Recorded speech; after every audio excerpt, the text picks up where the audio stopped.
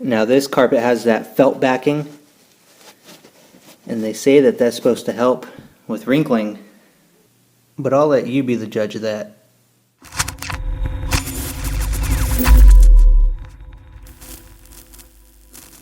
Alright, guess where we are again today. I'm in my carpet stretching job over in Natomas, the one I did a video on I think last week, and I'll put a link or something, a title tag or a card, whatever it is. But I'm going to get started on this. You can see where that fat wrinkle is.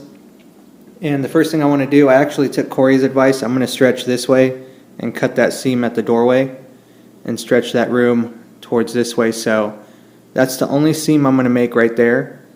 That way I don't have to deal with this fireplace. The less cutouts I have to deal with, the better. So everything's going to get stretched this way. But the first thing I want to do is unattach it from any metals or any tack strip around the room and just make my seams and just take it all in steps. So I want to detach everything, unhook it, get it ready to stretch. That way I can just go throughout the whole house and stretch everything. So let's get started.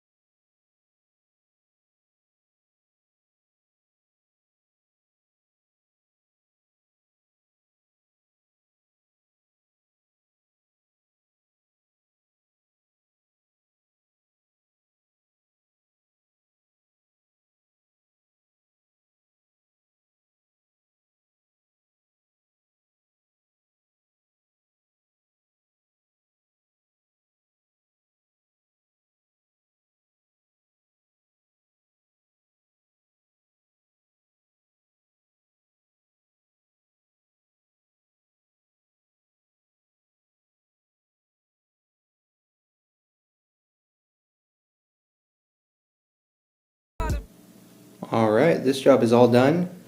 In this room there was just a little wrinkle there, but I went and stretched everything that way. So let's check out the other rooms. This is how much I got out of everything. I think the biggest piece was that one right there. And here you can see there's no more wrinkle. Just like that, stretched out. So this room, I decided to take Corey's advice. I stretched it this way. And for those of you that don't know who Corey is with Carpet Muscle TV on YouTube. He has over 1,000 YouTube videos. He stretches every day, he cleans every day. We do things completely different, but he's one of my best friends on here. So if you don't know who he is, go check out his channel, amazing channel with a bunch of content. So I took his advice. I stretched this way, cut the seam at the doorway, and stretched the master bedroom towards me, and then just connected it. So go take a look at that right now. So everything's stretched. The seam turned out really good. If you can't tell where it is, that means I did a great job. And then this, of course, got stretched this way. I didn't want to stretch it that way because I would have had to do another seam there, and it was just kind of unnecessary. So that's all done.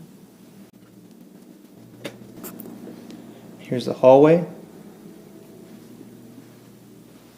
So in this one, since there's two bedrooms, let me back up for a second. There's one bedroom there and one bedroom there, but they both have closets. So there's a certain way to stretch this. So I stretched this bedroom that way, which pushed this that way. So all of this got stretched towards the the vinyl right there. And then this room just got stretched that way.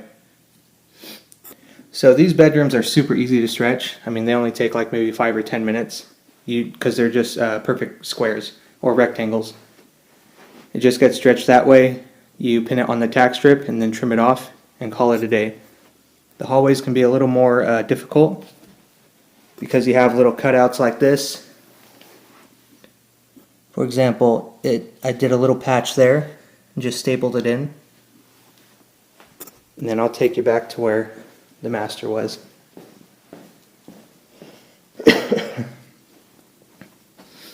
So because I stretched this way, it pulled away from here about up to there. So I had to do a little patch there. And I had to do a little patch here. And I had to do a little patch here. But I'd rather do little patches like that instead of cutting a seam right here, where as you're turning, that's the first thing you're going to see. Bam, there's a seam there. So that's why I kind of like try to hide it behind the doors right there. But that's it. I'm a little winded, a little tired. I had a small installation this morning before this job, so it actually did take me a little longer than I thought. Some of the tack strip was busting up and just little things that get uncovered once you pull the carpet up. But that's pretty much it for this job. If you have any questions or concerns, just leave them in the comments below. And thank you. I will see you on the next one.